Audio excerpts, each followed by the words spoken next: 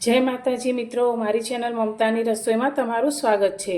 आज આપણે બનાવીશું ગળ્યા પુડલા। તો જ્યારે પણ કંઈ મીઠું ખાવાનું મન થાય ત્યારે તમે આ પુડલાને બનાવી શકો છો। અને અત્યારે હવે જયા પાર્વતી વ્રત, ગૌરી વ્રત નજીક આવી રહ્યા છે ત્યારે તમે બાળકીઓને મોળી થાળીમાં પણ આ ગળ્યા પુડલા બનાવીને આપી શકો છો। તો એકદમ જાળીદાર, પોચા અને એકદમ ટેસ્ટી એવા આપણે પુડલા બનાવીશું। તો અત્યારે ગોળમાંથી આપણે પુડલા બનાવીએ છીએ। તો અત્યારે એક વાટકી માપથી ઝીણો કરેલો ગોળ લીધો છે। તો આ ગોળને આપણે એક મોટા બાઉલની અંદર લઈ લઈશું।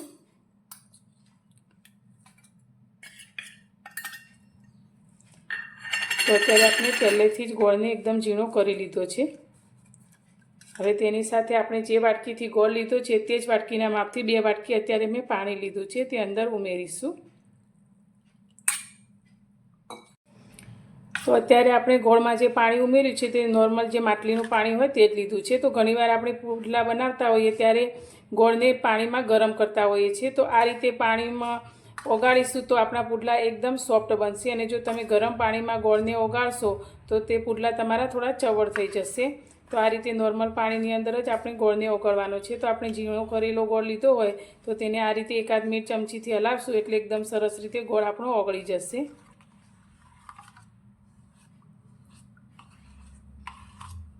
તો ગોળને મેં સારી રીતે પાણીમાં ઓગાળી દીધો છે। તો ગોળ આપણો શેરડીમાંથી બનતો હોવાથી તેમાં ઘણીવાર છોતરાનો ભાગ હોય છે। તો હવે આપણે પહેલાં આ પાણીને સારી રીતે ગાળી લઈશું,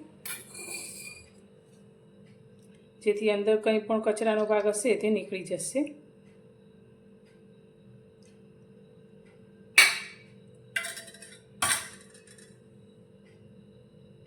તો હવે આપણે ફરી મોટો બાઉલ લઈ લઈશું। હવે આપણે જે વાટકીથી ગોળ લીધો છે તે જ વાટકીના માપથી અત્યારે મેં 2 વાટકી ઘઉંનો જે રોટલીનો લોટ આવે છે તે ઝીણો લોટ લીધો છે તે આપણે બાઉલની અંદર લઈ લઈશું। તો આપણે બધું જ માપ પરફેક્ટ લઈશું તો આપણા ગળ્યા પુડલા એકદમ જાળીદાર અને પરફેક્ટ જ બનશે। હવે આની અંદર આપણે જે ગોળનું પાણી કરીને તૈયાર કર્યું છે તે થોડું ઉમેરી અને તેનું આપણે એક બેટર બનાવીશું। તો પાણી બધું એકસાથે નથી ઉમેરવાનું, પણ આ રીતે થોડું ઉમેરીશું જેથી અંદર બિલકુલ લમ્સ નહીં બને।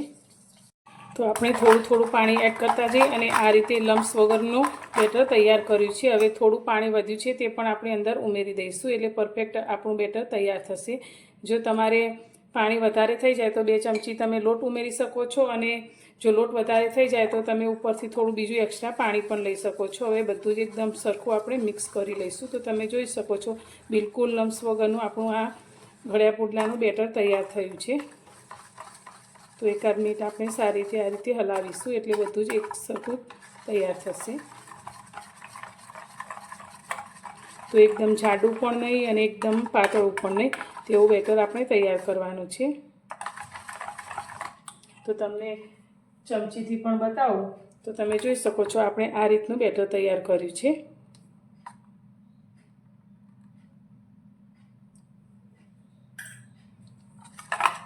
તો આ રીતે મિક્સ કર્યા પછી હવે આને આપણે ઢાંકી અને 15 થી 20 મિનિટ માટે રેસ્ટ આપીશું। જો તમારી પાસે સમય વધારે હોય તો તમે અડધો કલાક કે કલાક જેટલો સમય પણ તેને રાખી શકો છો, પણ આપણે તેને 15 મિનિટ જેવું રાખીશું જેથી બધું જ એક સરખી રીતે સેટ થઈ જશે।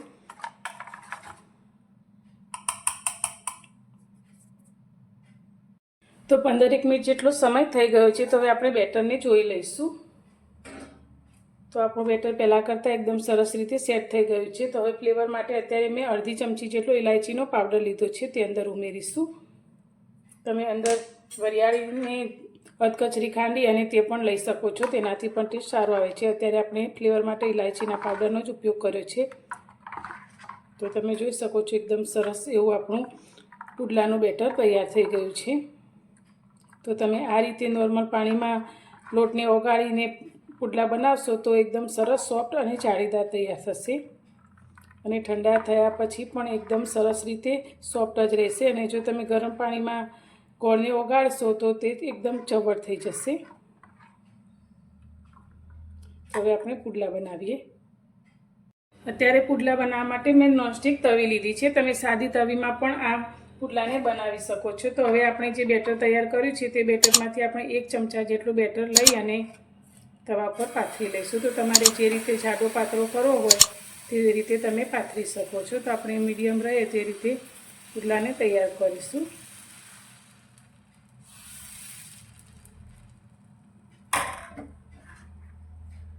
હવે આપણે આ પુડલાની ફરતે થોડું ઘી લગાવી લઈશું.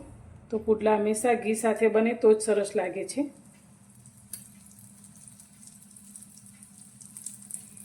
હવે ઉપરનું પડ આપણું થોડું ડ્રાય થાય ત્યાં સુધી તેને થવા દઈશું.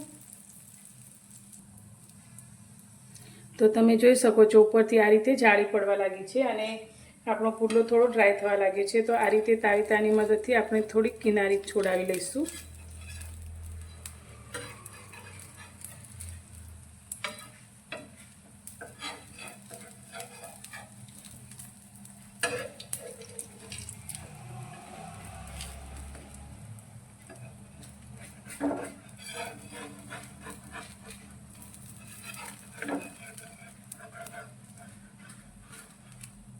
પુડલાને આપણે આ રીતે પલટાવી લઈશું.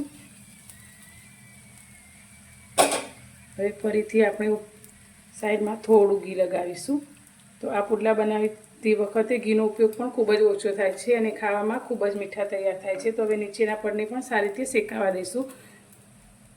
તો બંને સાઈડથી આપણો પુડલો એકદમ સરસ રીતે શેકાઈ ગયો છે. તો હવે તેને આપણે લઈ લઈશું. તો તમને નજીકથી પણ બતાવું તો તમે જોઈ શકો છો એકદમ સરસ જાળીદાર આપણો પુડલો તૈયાર થયો છે. તો આ જ રીતે આપણે બીજો પણ તૈયાર કરીશું.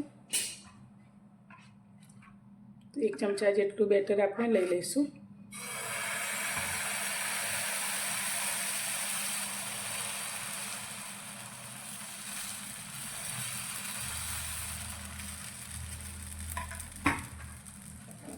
અને ફરી આપણે તેની ફરતે થોડું ઘી લગાવી લઈશું. તો તમે પણ આ રીતે પુડલા ના બનાવે તો એકવાર જરૂરથી બનાવજો. એકદમ સરસ સોફ્ટ એવા તૈયાર થાય છે અને ઠંડા થયા પછી પણ જરા પણ ચડપડ નથી થતા અને ખાવામાં પણ એકદમ ટેસ્ટી લાગે છે. તો હવે તહેવારો આપણા બધા નજીક આવી રહ્યા છે ત્યારે કંઈ મીઠું બનાવવું હોય તો તમે આ પુડલા બનાવી શકો છો. હવે ઉપરનું પડ ડ્રાય થાય એટલે આપણે પુડલાને ફેવરી લઈશું.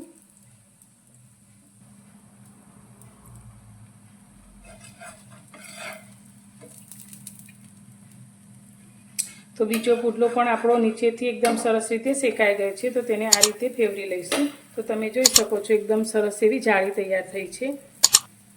તો આની ઉપર પણ આપણે થોડું ઘી લગાવી લઈશું અને આ જ રીતે આપણે બનાવેલા બેટરમાંથી બધા જ પુડલા બનાવીને તૈયાર કરીશું. તો ખૂબ જ ઓછા સમયની અંદર આપણા આ ગળ્યા પુડલા બનીને તૈયાર થાય છે.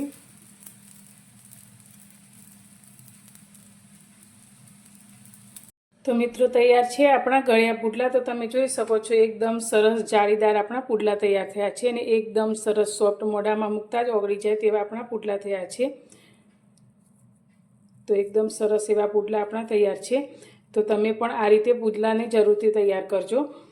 તો જરા પણ ના ચવડ થશે અને ના જરા પણ કાચા રહેશે ને એકદમ જાળીદાર એવા તમારા પુડલા તૈયાર થશે. તો તમને મારી આજની આ રેસીપી કેવી લાગી તે મને કોમેન્ટમાં જણાવજો અને પસંદ આવી હોય તો વિડીયોને લાઇક કરજો, શેર કરજો અને મારી ચેનલ પર નવા છો તો ચેનલને સબસ્ક્રાઈબ કરજો.